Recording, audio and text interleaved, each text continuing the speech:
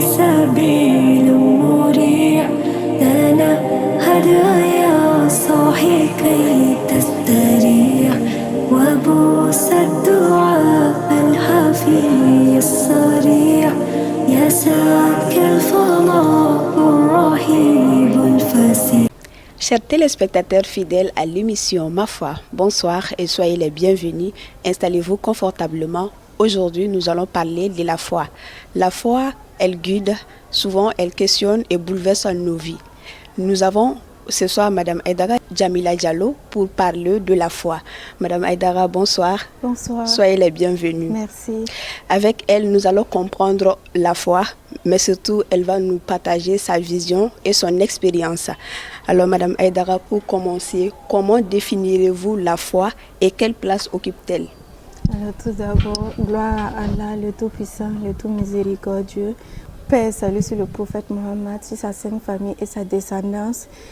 Salutations à notre papa et notre guide, Chérif Ousmane Madan Aïdara, à Chérif Ahmed Tidiana Balmaoube et à vous tous très chers téléspectateurs. Alors, pour moi, la foi ou iman en arabe est la conviction ferme en l'existence de Allah, en ses prophètes, en ses anges, en ses livres, et aussi au jour du dernier jugement et au destin, qu'il soit bon ou mauvais. C'est l'un des piliers fondamentaux même de l'islam et elle est décrite comme le fondement de l'identité musulmane.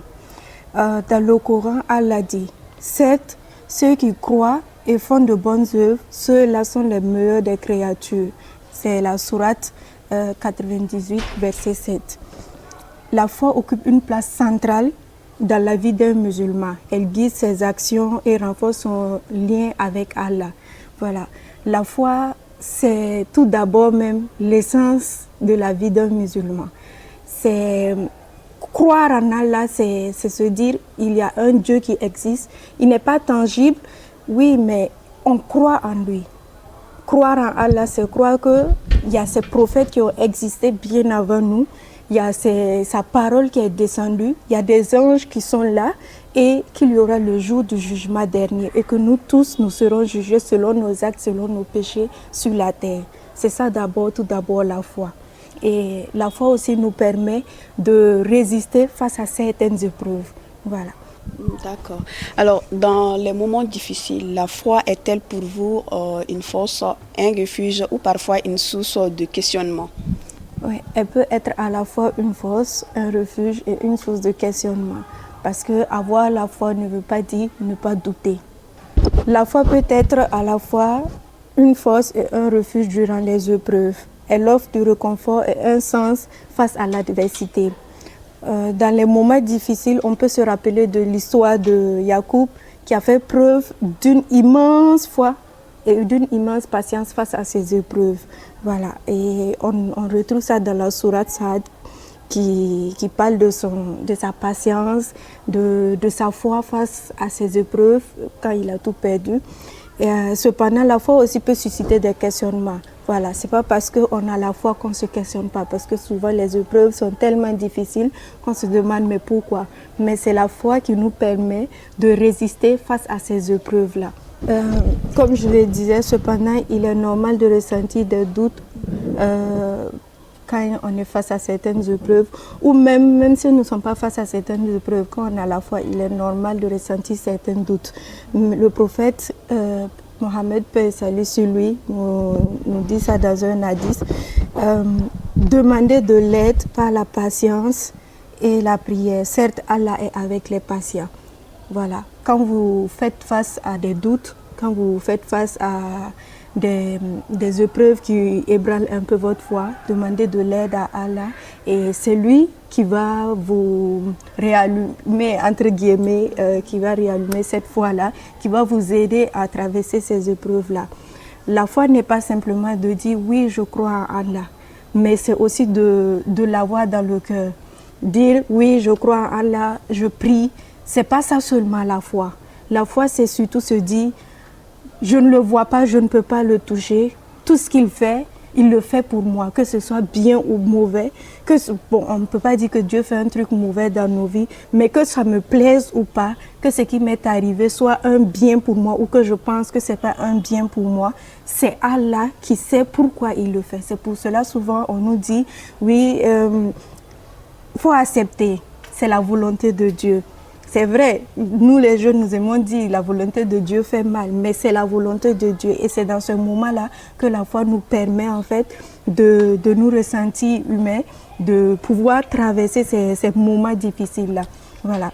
Et avoir la foi aussi, c'est se dire que je crois en Dieu que je ne vois pas, que je ne peux pas toucher. Et je crois que demain, mes actes pourront me donner une place au paradis.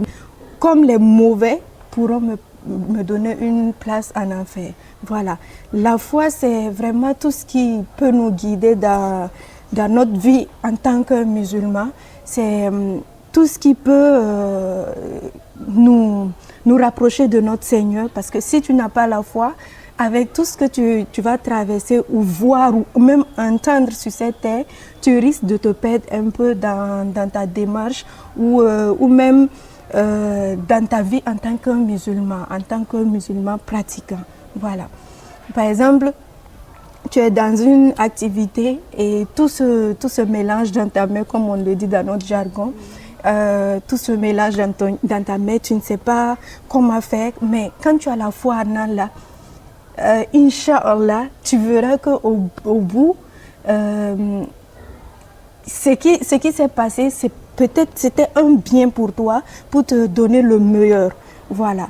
Tu vas avoir une élévation, tu vas avoir une élévation. Voilà. Donc, pour un musulman, il est important, voire même crucial, d'avoir la foi. Parce que si tu n'as pas la foi, ça ne sert à rien de prier. Tu pries qui si tu n'as pas foi en qui tu pries? Si tu n'as pas foi en cette personne, tu pries pourquoi? J'ai une petite anecdote, j'ai lu ça sur Internet. Il y a un petit qui était dans un avion. C'était une zone de turbulence et tout le monde était inquiet, mais le petit, il avait sa manette de jeu, il jouait, sa petite tablette, il jouait. Et il y a un monsieur qui lui demande, mais tout le monde a peur, pourquoi toi tu n'as pas peur? Il dit, parce que le monsieur, le pilote, c'est son papa. Donc il sait que son papa va le protéger, ils ne vont jamais cracher. La confiance qu'il avait envers son père a fait que quand le monsieur est descendu de l'avion, il a dit, mais si le petit avait tant confiance en son père, lui qui est sur cette terre, pourquoi il n'a pas tant confiance en Dieu? Parce que le petit sait que son père guide sa vie. Lui, il est dans l'avion, peu importe les turbulences, tant qu'il est dans l'avion, son papa fera tout son possible pour qu'il atterrisse. Donc depuis ce jour-là, il a eu tellement foi en Dieu parce qu'il s'est rendu compte que quand tu as foi en quelque chose, tu n'as même pas peur, même quand tu traverses les moments difficiles. Même quand tout se bascule dans ta vie, tu n'as pas peur parce que tu sais qu'il y a un Dieu qui est là, qui existe et qui fera grâce dans ta vie, qui agira au moment opportun. Ce n'est pas au moment où on le veut, mais au moment opportun, où on ne s'y attend le moins, il agira, Inch'Allah. Voilà. Alors selon vous, surtout dans un monde plein d'incertitudes, comment nourrir sa foi et comment renforcer cette foi-là? Déjà, comment nourrir sa foi dans ce monde-là, moi je pourrais donner que quelques petits exemples, mais chacun a sa manière propre à soi-même pour nourrir sa foi. Mais on peut tout d'abord parler de la prière régulière. Donc, tout d'abord, on a la prière régulière. La prière est le pilier de l'islam et un moment privilégié pour se rapprocher de Allah. Le prophète, paix et salut sur lui, a dit « La prière est la clé du paradis ». Donc, pendant les moments de doute, pendant les moments des dures épreuves, il faut prier. Même quand on n'a pas de dures épreuves, il ne faut pas attendre seulement d'avoir des doutes et des épreuves pour être régulier dans les prières. Mais être régulier dans les prières nous permet non seulement de nous rapprocher de notre Seigneur, mais aussi d'augmenter notre foi en lui. Parce que plus tu pries, plus tu es éprouvé, plus tu es aimé par Allah, plus tu es éprouvé par lui. Et plus tu es éprouvé, plus tu vois sa grandeur et ta foi augmente.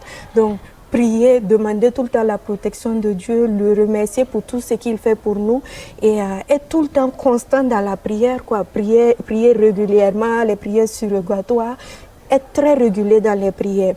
On a la lecture et la réflexion sur le Coran aussi. Lire le Coran augmente en nous la foi. Moi particulièrement, ce qui m'a beaucoup plus rapproché même, je pourrais dire, de l'islam encore plus et qui a plus augmenté ma foi, c'était de lire le Coran et d'écouter des rappels islamiques. J'écoutais tout le temps des rappels islamiques sur YouTube, sur n'importe quelle chaîne que je gagnais. Je lisais le Coran, je lisais des histoires sur les prophètes et sur la famille du prophète, paix et salut sur lui. Donc, ça faisait que j'avais encore envie d'apprendre. Plus tu lis, plus tu as envie d'apprendre sur l'islam. Plus tu as envie d'apprendre sur la famille du prophète ou bien sur la famille des autres prophètes, sur ce qui s'est passé. Plus tu lis, plus tu as envie d'apprendre. Plus tu apprends, plus ta foi augmente. Voilà, donc lire le Coran, apprendre. Et quand tu lis même le Coran, tu te rends compte qu'il y a beaucoup de choses que tu ne connaissais pas, que tu négligeais, que tu vas commencer à prendre conscience de ce qui est bien, de ce qui n'est pas bien. Et tu te rends compte que tu es plus apaisé, ta foi même augmente. Et là, tu redeviens comme, voilà, si je peux le dire ainsi, un bon musulman ou une bonne musulmane. Parce qu'il y a beaucoup de choses que tu vas t'interdire et d'autres que tu vas te permettre parce que tu connais déjà ce qui est écrit dans le Coran. Et ça renforce énormément la foi. Lire et écouter les réflexions, lire et écouter les rappels islamiques, ça renforce énormément la foi. Et nous avons aussi la pratique de la charité, la sadaka, donner. Quelqu'un qui donne, déjà même si tu n'as pas la foi, quand tu donnes, tu as de la pitié en toi. Voilà, pas de la pitié pour dire « Oh, les gens me font pitié », mais ça montre que tu es un humain qui partage. Et plus tu donnes, plus ta foi même s'augmente parce que ça fait partie de l'un de nos piliers. Allah dit dans le Coran, ceux qui dépensent leur richesse dans le chemin d'Allah sont comme un grain qui produit 7 épis. Et on a la sourate Al-Baqarah. Donc là-bas, plus tu donnes, plus toi-même tu as une certaine pitié au fond de toi, une certaine compassion, voilà, envers autrui.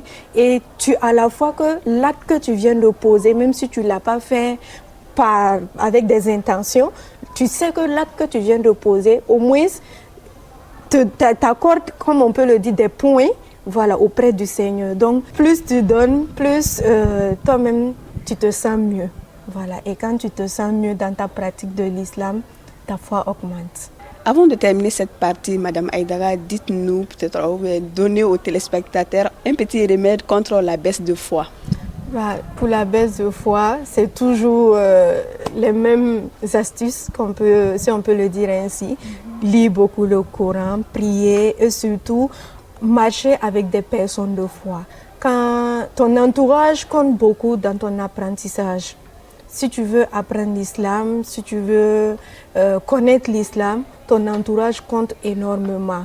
Voilà, marcher avec des gens de foi qui parlent que de foi, qui parlent d'islam, qui te guident sur le droit chemin, t'aidera en fait à renforcer ta foi et à aller sur le droit chemin. Voilà. Ici, on a un hadith qui dit l'homme suit la religion de son ami. La plupart du temps, nous allons voir s'il y a deux personnes, par exemple, une fille musulmane et une fille chrétienne qui se suivent beaucoup.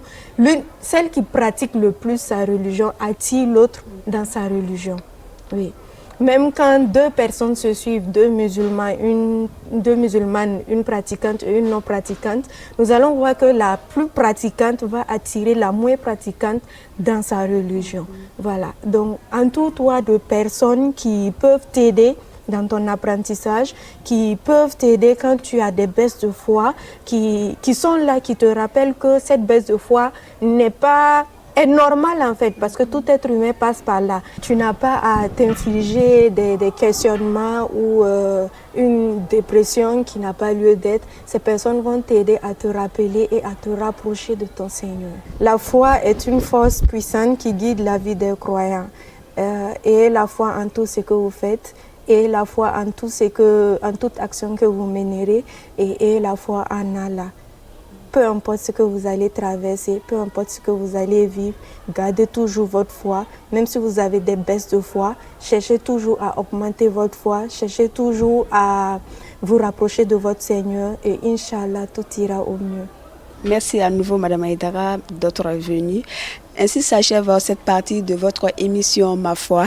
Que ce moment partagé ensemble vous offre une foi renouvelée qui vous permet surtout de vivre chaque jour avec confiance et lumière. À très bientôt pour un autre nouveau numéro de votre émission. Bonne soirée.